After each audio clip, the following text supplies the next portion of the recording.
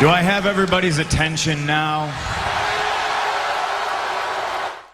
Yo les amis, bienvenue sur Catch Trap, la chaîne par 4, jour de review de Monday Night Raw du 1er février 2020. Et avant de commencer cette vidéo, j'aimerais vous demander de liker, de commenter, de vous abonner, de partager, abonnez-vous, très important pour défendre la chaîne. On va au devant des 200 abonnés avant la fin février les amis. Directement on commence le show sur Drew McIntyre qui est sur le ring et qui nous résume le Royal Rumble, il nous résume la victoire de Bianca Belair, il dit qu'elle est le futur de la compagnie. Et ensuite quand il allait nous résumer le vainqueur du Royal Rumble masculin qui est donc Edge arrive.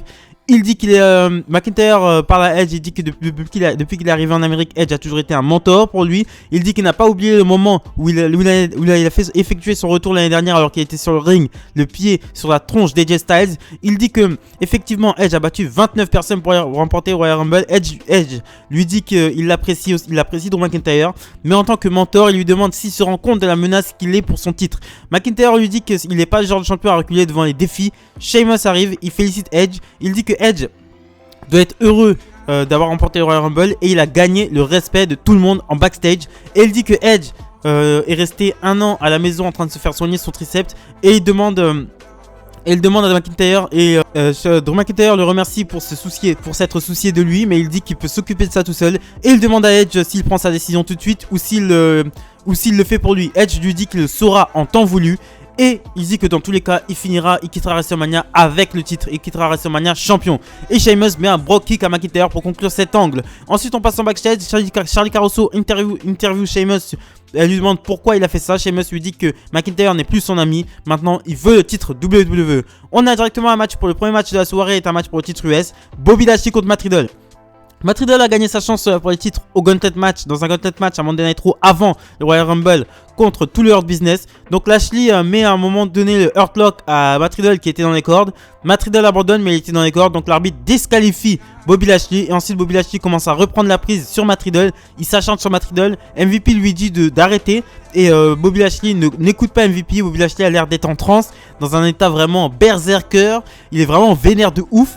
Et Bobby Lashley continue la prise et ensuite il rentre en backstage tout en laissant genre il a l'air un peu énervé contre MVP, donc à voir, une histoire à voir. On enchaîne ensuite avec Randy Orton qui nous fait une petite promo, il nous promet qu'il n'y aura pas de WrestleMania pour Edge et on nous annonce que Edge affrontera Orton un peu plus tard dans la soirée. On enchaîne ensuite avec le match. Un match Xavier Woods contre Mustafa Ali. Xavier Woods accompagné de Kofi Kingston, Mustafa Ali accompagné de la Rétribution. Et victoire de Xavier Woods qui place un roll-up malgré toutes les interventions de la Rétribution auxquelles Kofi Kingston a mis fin. On enchaîne ensuite avec le Miz TV. L'invité de Miz est Bad Bunny, un rappeur américain. Donc le Miz le complimente sur sa performance sur Royal Rumble et lui dit que sa musique, et Morrison lui dit que sa musique inspire beaucoup de gens.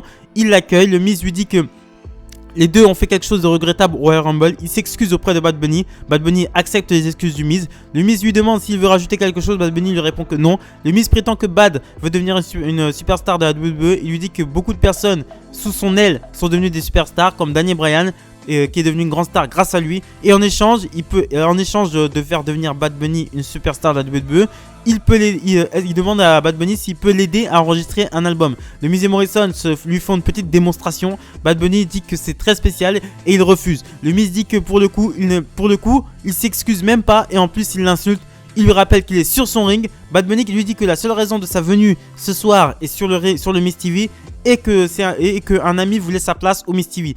Et cet ami est Damian Price, les amis. Damian Price qui fait ses débuts dans le roster principal du côté de Monday Night Raw finalement et mène droite au Miz, ce qui amène au premier match. Miz contre Damian Price.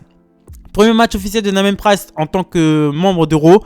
Et c'est une victoire. Victoire de Damian Price qui, grâce à une distraction de Bad Bunny qui a mis un coup de micro à John Morrison, ce qui a distrait le Miz et en se retournant il s'est pris le reckoning pour la victoire. Donc des débuts gagnants pour Damian Price. On enchaîne ensuite avec Cedric Alexander et Shelton Benjamin qui sont les champions par équipe contre Lince Dorado et Grand Metalik. Donc tu as MVP qui est au commentaire, c'est un très bon match, j'ai beaucoup aimé ce match, qui se conclut par la victoire de Shelton Benjamin qui pique le tag à Cedric Alexander et qui place son Pay Dirt sur Grand Metalik. Ensuite avec le match pour le titre aspirant numéro 1 au titre féminin par équipe, parce que Shayna Baszler et Nia Jax ont gagné le titre dans le kick-off du Royal Rumble contre Charlotte Flair et Asuka. Donc nous avons Charlotte Flair et Asuka contre Mandy Rose et Dana Brooke contre Lana qui a fait son retour au Royal Rumble tout comme Naomi. Donc Charlotte et Asuka ont perdu les titres dans le kick-off. face à Nia Jax et Shayna Baszler. C'est aussi le retour de Lana sur le ring. Lana qui, je le rappelle, a éliminé Nia Jax. Donc au moment où Charlotte passe son Natural Selection sur Dana Brooke, Ric Flair arrive et Lacey Evans aussi. Tu fais ton... Attends, là il y a quelque chose qui va pas. Tu fais ta prise, ton finisher et t'es distrait en sachant que ça fait 3 semaines que t'es distrait par la même personne. Eh, je suis désolé, fais le Natural Selection, fais ton comté et ensuite tu pourras te barrer. Non, du coup, Natural Selection sur Dana Brooke. Et ensuite, Ric Flair arrive avec Lacey Evans. Charlotte se barre du ring. Elle se barre. Asuka ne comprend pas. Elle se retourne. Elle se prend un coup de cul par Naomi. Victor de Naomi et Lana qui iront affronter Nia Jax et Shayna Baszler. On enchaîne ensuite avec excusez-moi, Mandy Rose. Drew McIntyre qui est en interview par Charlie Caruso qui lui demande ce qu'il pense de finalement ce coup de pied que ce Brock kick que Sheamus lui a mis dans la gueule un peu plus tôt dans la soirée. Il dit qu'il est honoré déjà d'affronter, s'il doit affronter Edge à WrestleMania, il serait honoré de le faire. Et concernant Sheamus, il dit qu'il l'a affronté plusieurs fois mais ce soir c'était différent. Il dit qu'il n'est pas prêt à d'abandonner une amitié de 20 ans. Et il dit que si Sheamus veut un match, il l'aura. Donc on a changé avec Elias et Jackson Ryker contre Jeff Hardy et Carlito. Carlito qui fait son grand retour depuis le Rumble. Carlito, Stock Lito plutôt, parce que voilà le morceau que c'est devenu. Et c'est un retour gagnant. Il remporte la victoire avec un backstabber. Et ensuite enchaîné d'un Sweat and Bomb. Donc... peut-être une équipe entre Jeff Hardy et Carlito, ça me rappelle énormément de souvenirs, ça me rappelle 2007, c'est très nostalgique et Carlito a l'air vraiment en forme, donc bon début à Carlito, je lui souhaite la bienvenue à Monday Night Raw 2021. On enchaîne ensuite avec Edge qui nous fait une petite promo, il nous dit que Randy Orton, il nous dit que ce soir il affronte Randy Orton, il l'affronte pas seulement pour lui, il l'affronte pour sa famille, parce qu'il ne pouvait tout simplement plus jouer au foot avec sa fille à cause de son triceps arraché, et Edge à un moment donné croise Damien Priest en backstage. Price lui souhaite bonne chance pour son match contre Randy Orton. Edge lui souhaite la bienvenue dans le roster principal. On enchaîne ensuite avec Alexa Bliss contre Nikki Cross. Les deux anciennes meilleures amies s'affrontent ce soir. Donc cette fois-ci du côté de Raw. Donc Nikki Cross a l'avantage pendant une bonne partie du match. Mais Alexa Bliss, la musique d'Alexa Bliss en tant que catcheuse, sa vraie musique retentit et elle redevient comme avant. Elle essaye de parler à Nikki Cross en mode t'as vu, comme si rien s'était passé, comme si le film n'était pas passé par là. Nikki Cross ne tombe pas dans le panneau, attaque Alexa Bliss, mais à un moment donné, t'as la musique de la Firefly Funhouse qui retentit et elle redevient comme d'habitude et elle place son Sister Abigail, un Sister Abigail modifié, très très bien porté, un sort de twisting Sister Abigail. C'est le meilleur Sister Abigail que j'ai vu. Même le film, il porte pas cette prise mieux que ça quoi. Elle passe son bras derrière le cou en fait, c'est comme si elle faisait un crossroads, en gros, mais c'était vraiment très très bien porté quoi. Ensuite avec le main event of the evening, Randy Orton contre Edge, la revanche de Backlash et de WrestleMania de l'année dernière. Donc Edge clairement commence sa route vers WrestleMania. Sa route vers WrestleMania passe par Randy Orton obligatoirement. Randy Orton qui domine une grosse partie du match. Mais au moment donné où il a placé sur RKO, une petite musique retentit, une musique qu'on ne connaît pas, mais on sait très bien qui est derrière. Alexa Bliss est carrément sur le coin de ring, en hauteur, et il y a une sorte de liquide noir qui s'écoule de sa bouche, et ce qui déconcentre Randy Orton, et une des deux, il se prend un spear, très bien vendu par Randy Orton. L'ultimate opportuniste est de retour, victoire de Edge. Edge qui commence très bien sa route vers WrestleMania.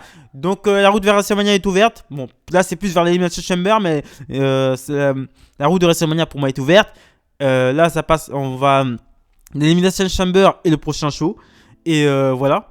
Le Raw était pas mal, franchement c'était pas mal du tout. Bon, l'Elimination Chamber, il y a déjà, je pense qu'il y aura Sheamus, il y aura Edge, il y aura Sheamus, il y aura Drew McIntyre le champion. Après je sais pas, Bobby Lashley peut-être. Bobby Lashley je verrais bien dans le Chamber, parce que franchement Bobby Lashley il était champion US, mais il fait vraiment, pour moi il devrait être un peu plus haut dans la carte quand même. Mais franchement c'était super, j'ai beaucoup aimé ce Raw. Voilà, tout simplement ce que j'adore sur ce Monday Night Raw. Et je sortirai une petite vidéo en plus de Raw, SmackDown, NXT, genre une sorte de récapitulatif en freestyle de la semaine. Donc voilà, abonnez-vous, likez, commentez, partagez, très important pour les de la chaîne. Et on va devant des 200 abonnés avant février les amis, merci.